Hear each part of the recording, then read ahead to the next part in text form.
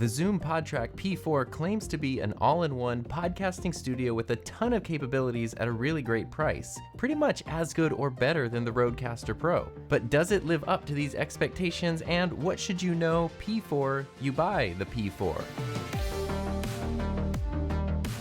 Now, Zoom has a long history of these little handheld audio recorders. Pretty much if you were making a podcast back in 2010, 2012, you were probably using something like this, which is the H4n. Now, this wasn't really originally designed for podcasting. It was just sort of commandeered by podcasters to be used for that. And so now years later, we have more like purpose-built devices specifically for podcasting. And just look at how small this thing is. It's a 4-channel podcast studio that literally fits in the palm of your hand. And with a manufacturer's suggested retail price and MSRP of $219, it's pretty reasonable. The Rodecaster Pro, which is my multi-channel podcasting mixer recorder interface of choice, has an MSRP of $599. So this is significantly cheaper, and it can do a lot of the same things. But I'll go ahead and just spoil my review comparison right off the bat. If you want the Rodecaster Pro, don't get this. The Rodecaster, $600, you might think, well, gee, if I could get pretty much all that same stuff for $220, I'll do that and I'll be happy,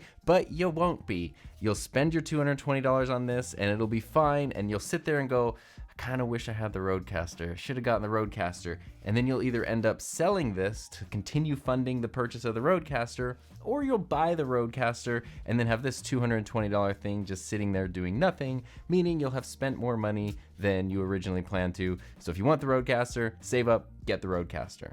Now, if you aren't particularly attached to the Rodecaster and you just want a 4-channel podcast recorder, and or you're on a budget, and or portability is a huge thing for you, then this could be totally perfect. So let's continue zooming ahead in this video by looking at the build quality and design of the P4, and then we will look at some pros, some cons, and run it through a few tests. Now, if you've ever used a Zoom product, especially their handheld recorders, you'll know that they have a long tradition of great audio quality, outstanding audio quality, and terrible build quality. And the Podtrak P4 continues that legacy because the audio quality from it is excellent, but the build quality is bad.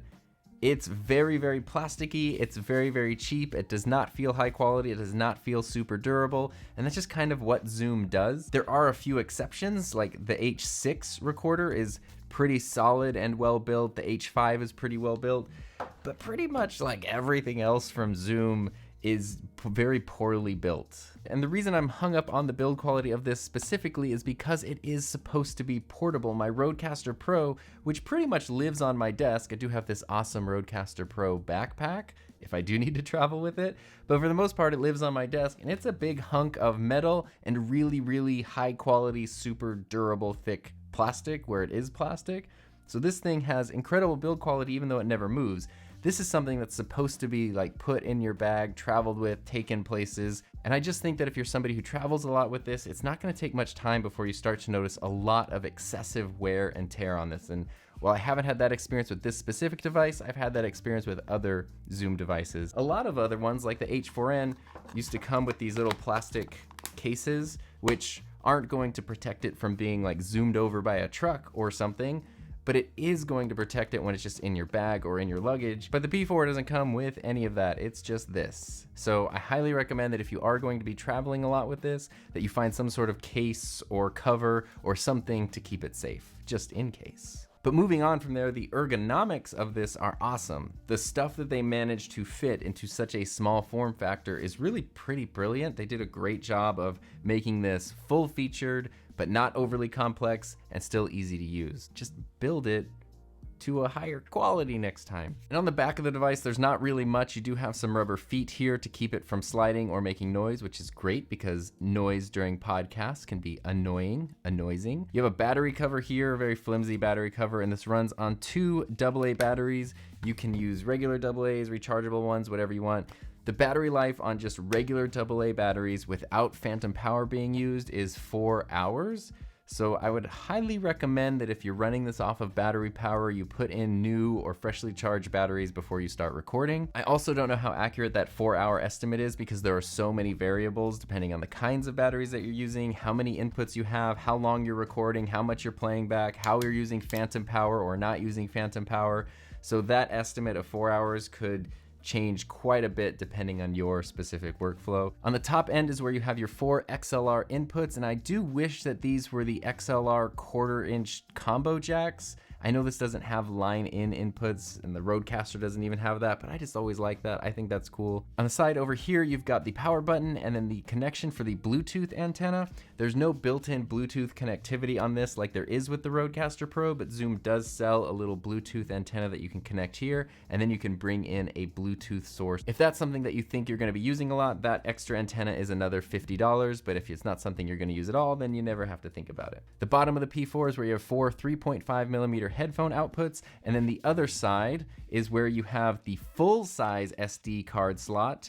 I absolutely love that Zoom does stick with full-size SD cards. The Rodecaster Pro, which is 5 times this size, takes a micro SD card, and that little tiny card causes large amounts of frustration. And then you've got the one part of the device that is over-engineered. There's a metal plate here that has 2 USB connections. One of them is for 5-volt USB-C charging, and the other one is a USB-C connection for a computer so that you could bring in a computer as an audio source into the P4. And I think it's great that there are 2 of these because that means you can always run the P4 off of power even while it's connected to a computer through USB. So you never have to pick and choose. You can always do both if you need to. And of course, up top is where all the action happens. Starting at the bottom, that's where you have individual volume dials for each of the headphone inputs. That's super cool and super helpful.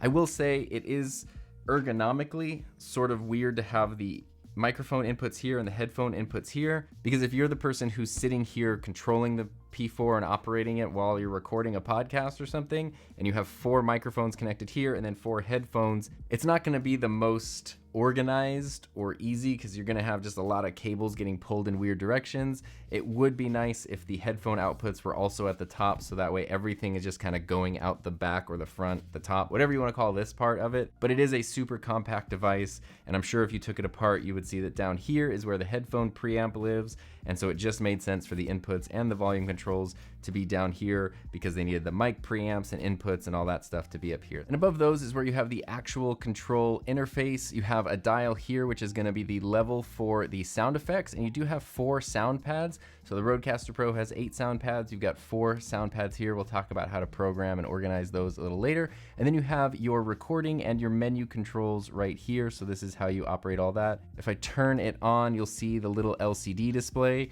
This display is not good. Looking at the full color touchscreen of the Rodecaster Pro, even Zoom's own H6 has a really nice fully featured color display. This has a very, very tiny, I know it has to run off of 2 AA batteries, but this is a very tiny display that gives you virtually no information other than that, yes, it's recording or what setting you're changing. Just out of the box, it looks super washed out and it's very hard to read. So you definitely need to adjust the contrast on the screen to make it more legible. Above that, you've got the mute switches for each channel. So if you want to mute one of the inputs, you can do that.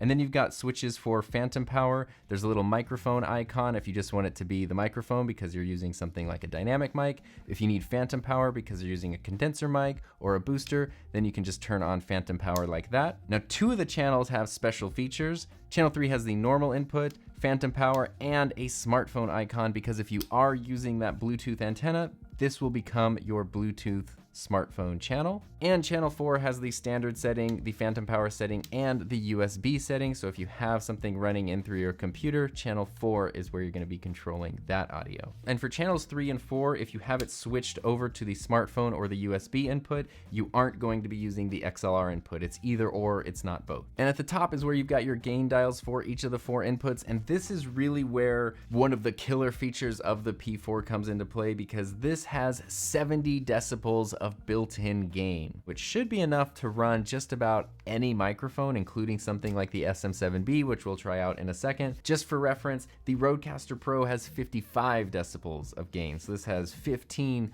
more gains. It gained more gains than the Rodecaster Pro. So let's talk about some of the pros of this device. The biggest one, probably arguably the most important one, is that it has great audio quality. You are buying an audio recorder.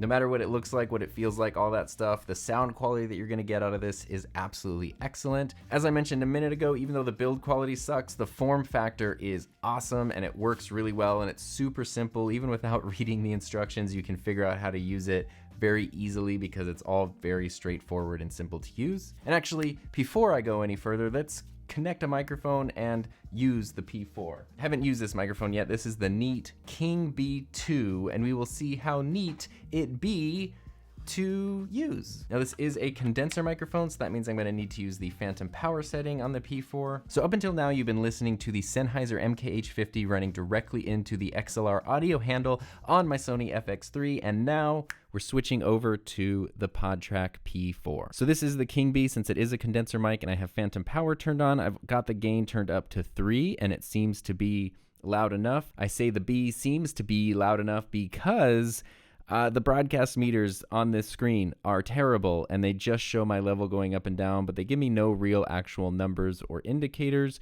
in terms of what decibel level I'm at. Now it does have 4 sound pads, and as I've talked about with the Rodecaster Pro, you don't have to just use these for goofy sound effects like, why did the microphone get lost? Because it wasn't sure which road to go down.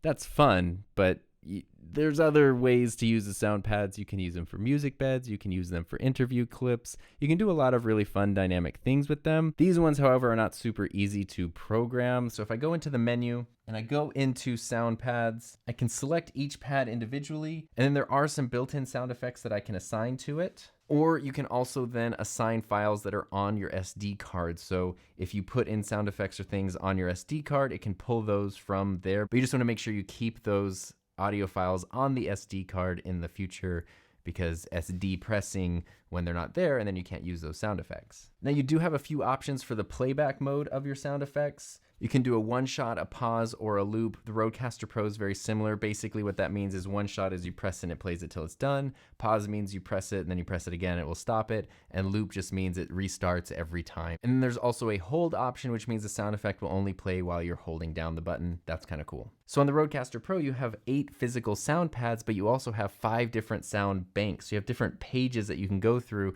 which means you have 40 different options for your sound pads, and then you can save different shows within the software application. So there's a heck of a lot more versatility built into the Rodecaster Pro sound pads than there are into these sound pads.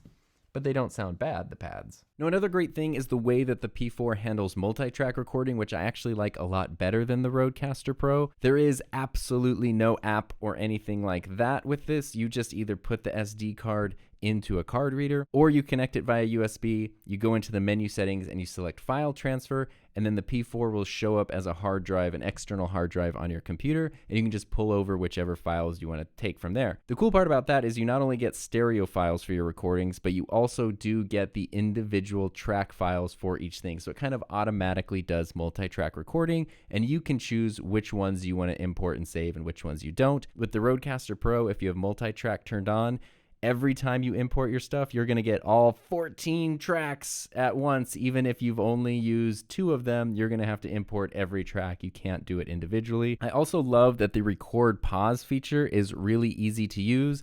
When the Rodecaster Pro originally came out, it didn't have a record pause option, but they've added it in pretty quickly. So when that's recording, you just have to hold down the record button for a few seconds. It will turn orange, and then you're in record pause mode. When you want to pick up again, you just tap the record button, and it starts recording again. That's great if you want to take a break, but you don't want to separate your recording into different files. Now, the P4 is even simpler because while you're recording, if you just press the play pause button, it will put it into record pause mode. And when you're ready to keep going, you just press that play pause button again, and it will pick up right where you left off. And another good thing about the P4 are the headphone preamps. Overall, I think they are better than the Rodecaster Pro. My biggest complaint with the Rodecaster Pro are the headphone preamps because they're not good. They're really loud and really hissy. They make a lot of noise.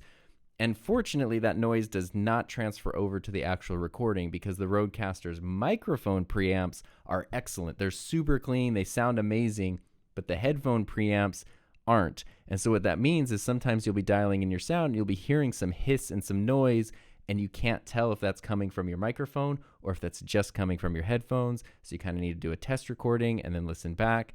It's pretty frustrating. That's my biggest complaint with the Rodecaster, and I've heard other people with the same complaint as well.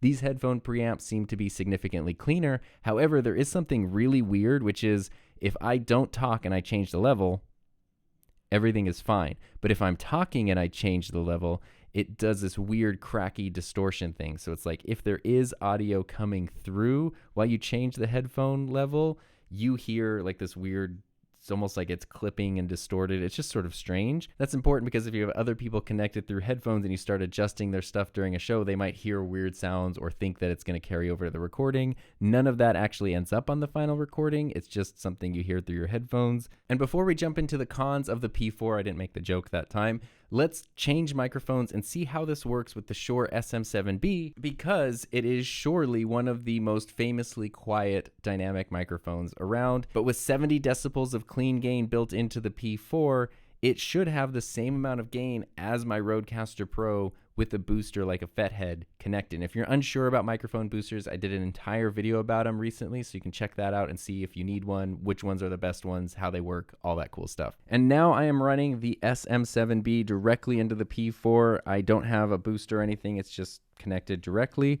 and I have the gain up to 6. So it's actually about 6.5, right in between the 6 and the 7. And I think that this sounds pretty good. I could go significantly louder. If I crank it all the way to 10, then I have quite a bit of gain, but you also notice quite a bit of hiss. These kinds of tests and examples are pretty much always better done on headphones so that you can hear all of those fine details. I have noticed that while this totally works, and I think this is very usable, especially if you are going to run your audio through some kind of EQ or processing software after you're done recording, I do notice though that if I turn this up a little much, I can hear some hiss that I think is on the actual recording. It's not just from the headphone preamps. If I grab the Fethead right here and I connect this, we'll see how different it sounds. And now I can keep the gain down to just below 3 on the dial. So it went all the way from 6.5 to 3, basically reduced that by half. And I think that my signal is significantly cleaner. Doesn't really sound like there's any background hiss. Sounds like an exceptionally clean signal. So that leads me to believe that while there is enough gain in the P4 to use a microphone like this, that 70 decibels is a really great number. It's not necessarily the cleanest gain in the world. So let's talk about some of the major cons of the P4 that I've noticed. The biggest drawback to the P4 and the P8, I don't know why Zoom does this, is that they do not record at 48,000 kilohertz. They're stuck to 44.1. If you're doing an audio-only production, that's a non-issue and it's going to work great. But if you're planning on using a video component, kind of like I'm doing right now, or you want to do a video podcast, then that's a huge bummer because 48,000 kilohertz is the standard for video and film, not 44.1. It doesn't mean that you can't get by with using 44.1, but you're probably not going to get the same level of quality that you would with 48, and you also might have some issues syncing up your audio. So now just for fun, I've switched to the Earthworks ICON, which is a condenser microphone, so I'm using phantom power off of the P4, and this looks like the Ethos, but it's the ICON with the windscreen from the Ethos, but I promise you, this Myconic microphone is the ICON and not the Ethos. Now, another area that I firmly view as negative is the lack of firmware updates. Were you aware of the lack of firmware updates that Zoom offers? Right now, this is on 1.2, and that most recent firmware update, which came out in February of 2021, really only changed the way that the battery information was calculated and like one or two other small things that you didn't really notice. It didn't change much about the device. My guess is that unless something else goes wrong and they need to fix it, it's probably never going to get another firmware update. That's in stark contrast to the Rodecaster Pro, which has been out for about 3 years now and has had quite a few major firmware updates in that time. I know you should never buy a product hoping that it's going to gain functionality in the future. You should buy it for what it is, and then if it becomes more functional, that's awesome. But just know that when you're buying a Zoom product, you're pretty much buying it as is, and it's pretty much going to stay that way forever. And kind of in line with that Rodecaster comparison, I would consider this a con. There is no app or anything that comes with the P4. It shows up, like I mentioned, as just an external device on your computer when you want to transfer files. but that's it. It doesn't have any app that's going to let you process stuff or use it as an interface or anything. And this last one is very nitpicky, but since this is such a small device, it would have been great if there were a tripod mount on the bottom. And the reason I bring that up is because most of Zoom's other handheld recorders have metal tripod mounts on the bottom. These mounts also give you a lot of versatility in attaching something to a tripod or a stand, or making it just a more integral part of your setup without it having to just sit on a table. Now I'm back on the King B2. One of the other things that's sort of a bummer with this is that it really has extremely limited EQ options built in. Traditional mixers will have lots of physical EQ, mids, lows, highs, effects, compression, gain, all kinds of stuff as physical dials that you can use. Something like the Rodecaster Pro has digital software versions of that. This pretty much just has two things. So since I can't go into the menu while we're recording, I'm back on the Sennheiser MKH50. So if I press the menu button and I go into mic settings on the menu, there are only two options. There is the low cut and the limiter. So this is the King B with no effects added on. It's just plugged straight into the P4. And this is the King B with the low cut turned on. So you should notice some low end disappearing from that. And this is with just the limiter turned on. So you should notice some of that low end coming back. This is with the low cut and the limiter turned on, so this is as maxed out as I can have it, and there's no fine tuning, it's just on or off for these settings. And this is with neither turned on, so this has nothing turned on, this is just the microphone running directly into the P4. The really frustrating part is every time I wanted to change that, I had to stop recording and then resync the audio,